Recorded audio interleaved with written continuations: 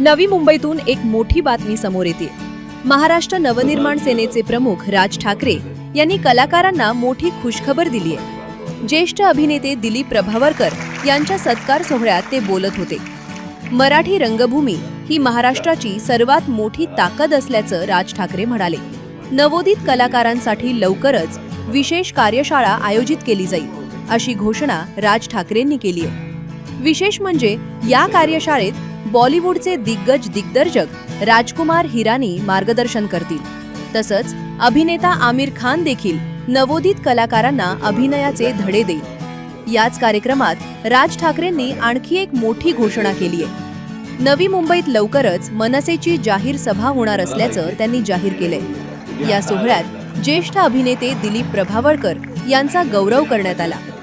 राज ठाकरेंच्या हस्ते सत्कार झाल्यामुळे प्रभावळकरांनी आनंद व्यक्त केला। दिग्दर्शकांच्या विश्वासामुळेच मी अनेक चांगल्या भूमिका साकारू शकलो, अशा भावना प्रभावळकरांनी यावेळी व्यक्त केल्या। सन्माननीय दिलीप प्रभावळकर साहेब आणि माझ्या जमलेल्या सर्व मराठी बांधवांनो, भगिनींनो आणि मातांनो,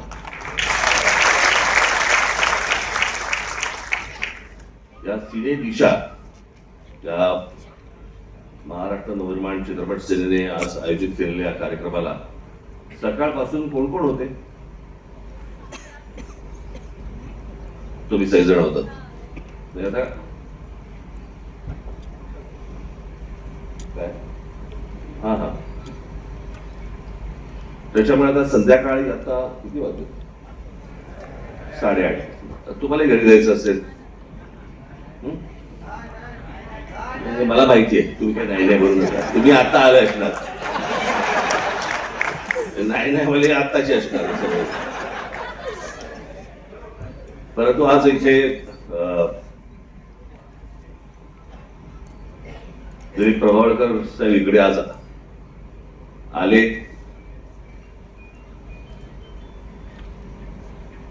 त्यांचा सत्कार करायची मला संधी मिळाली। मी मागे एकदा आशाताईंच्या कार्यक्रमामध्ये मी असं म्हटलं होतं, एकदा आशाताईंचा सत्कार माझ्या हस्ते झाला होता आणि मी त्या कार्यक्रमात असं म्हटलं होतं की सध्या म्हटलं मोठ्या माणसांची सत्कार करायला मोठी माणसं सापडत नाहीत, आमच्यावरती अटकायला लागतंय। आणि आजही तेच आहे। आज प्रभावळकर साहेबांसारखा एक, त्यांनी आता अत्यंत नम्रपणे काही गोष्टी सांगितल्या की माझ्यामध्ये दिग्दर्शकांनी ती गोष्ट पाहिली, तुमच्यातच का पाहिली? एवढे नट इथे रंगभूमीवरती असताना दिलीप प्रभावळकरांमध्येच त्या गोष्टी का पाहिल्या गेल्या? मला असं वाटतं ही महत्वाची गोष्ट आहे।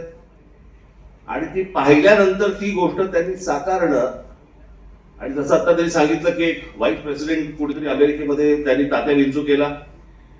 अमेरिकेमध्ये आम्हाला फक्त तात्या ट्रम्पच माहिती आहे।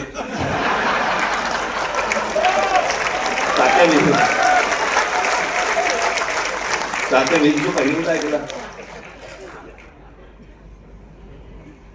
पण त्यांनी केलेले मला असं वाटतं आपण त्याला शाळेमध्ये असतानाची गोष्ट, टेलिव्हिजनवरती गुंड्याभाऊ आणि चिमणराव हे ज्यावेळेला यायचं आणि ते ज्यावेळेला तुम्ही एक हात मारायचा काऊ नावाची,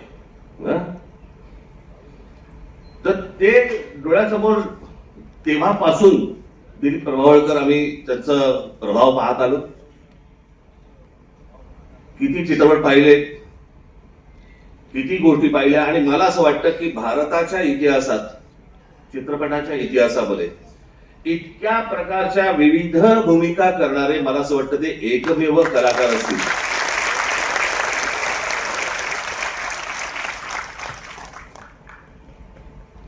म्हणजे साधारणपणे 1 ते 20-25 असं जर समजा आपण प्रभावळकर पकडले तर 25-26 नंतर मला असं वाटतं कमल हसन असतील। परंतु एवढ्या भूमिका साकारायच्या आणि त्याचा प्रभाव इतकी वर्ष ठेवायचा किंवा राहतो अशा प्रकारे त्या भूमिका करायच्या। म्हणजे आत्ताच त्यांचा दशावतार आला, दशावतारमध्ये तर त्यांनी किती भूमिका केल्या। म्हणजे एका नाटकामध्ये, एका चित्रपटामध्ये विविध भूमिका करणं हे काही सोपं साधं काम नाही हे। आणि अशी व्यक्ती आज महाराष्ट्रामध्ये जन्माला आली याचा आम्हाला जास्ती अभिमान आहे। आज अभयने आज हा कार्यक्रम घेतला. इथे त्याच्यात सगळे सहकारी त्याचे इथे आहेत आणि आज मराठी रंगभूमीवरचे सगळेच दिग्गज इकडे दिग्दर्शक तुम्हाला आज लाभले. त्यांचं मार्गदर्शन तुम्हाला लाभलं सकाळपासून. अजूनही अनेक जण येतील. तुम्ही जेवढे जण आलेले आहात तुमच्या सर्वांची नोंद झालेली आहे ना? झालेली आहे. आणि कुठून आला आहात तुम्ही सगळेजण? मुंबईचेच आहात? नवी मुंबईचे आहात का बाहेरून आले?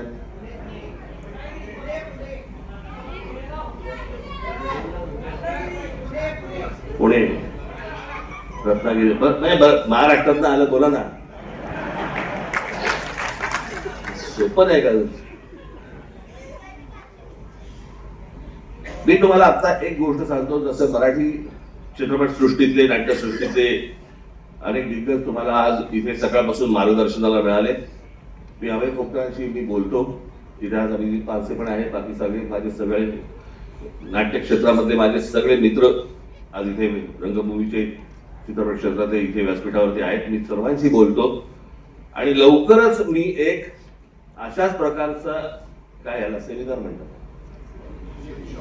वर्कशॉप, अशाच प्रकारचं मी एक वर्कशॉप तुमच्या सर्वांसाठी म्हणून मी आयोजित करतो.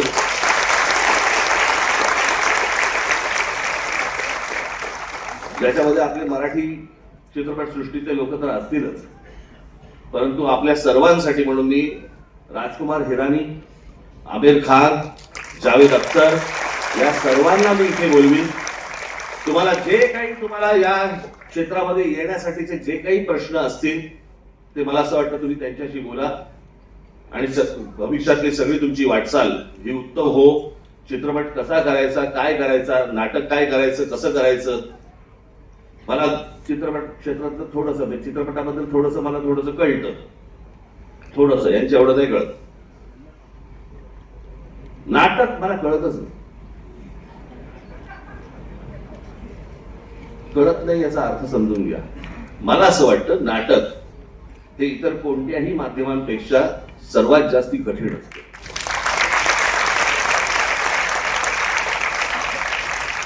याचं कारण त्याला एका चौकोनामध्ये विश्व मांडायचं असतं आणि तुम्हाला त्या संपूर्ण विश्वामध्ये घेऊन जायचं असतं त्या एका चौकोनात. चित्रपटाला तुम्ही आउटडोअरला कुठेही जाऊ शकता, चित्रपट कसाही फिरवू शकता, कुठेही घेऊ शकता, तेही कठीणच आहे. पण मला असं वाटतं नाटक हे सर्वात जास्ती कठीण माध्यम आहे असं मला वाटतं. मला दरवेळेला नाटक पाहताना हे कसं सुचलं. म्हणजे इथे केदार शिंदेवर बसले, इथे पुष्कर श्रोत्री आहेत. मी केदार शिंदेचं सही रे सही नाटक मी 2, 4, 5, 10 किती वेळा अनेकदा बघितलंय. एकदा ते संपूर्ण नाटक मी बॅकस्टेजने पाहिले की भरत जाधव नेमकं करतो काय. इथून जातो, तिकडून उपटतो, तिकडून जातो, इथून कुठेतरी येतो. हे सगळं हे बसवलं कसं. आणि ह्या सगळ्या गोष्टी मला असं वाटतं खूप कठीण गोष्टी आहेत. या सर्व गोष्टी तुम्ही समजून घ्याव्यात. त्या नाट्यक्षेत्र हे मराठीसारखं प्रभावी मला असं वाटतं दुसरं कुठेही नसावं. आणि आपल्याकडे जे दिग्गज आज मराठी नाट्यसृष्टीमध्ये दिग्गज आहेत ते तर तुम्हाला मार्गदर्शन करतीलच. चित्रपट क्षेत्रामध्ये जे लोक आहेत तेही येतील. आणि हे हिंदी चित्रपट क्षेत्रातले जे माझ्या परिचयाचे आहेत, माझे जे काही मित्र आहेत, यांनाही मी घेऊन येईन, ज्याच्यातनं तुम्हाला पुढचा मार्ग जास्ती सोपा होईल.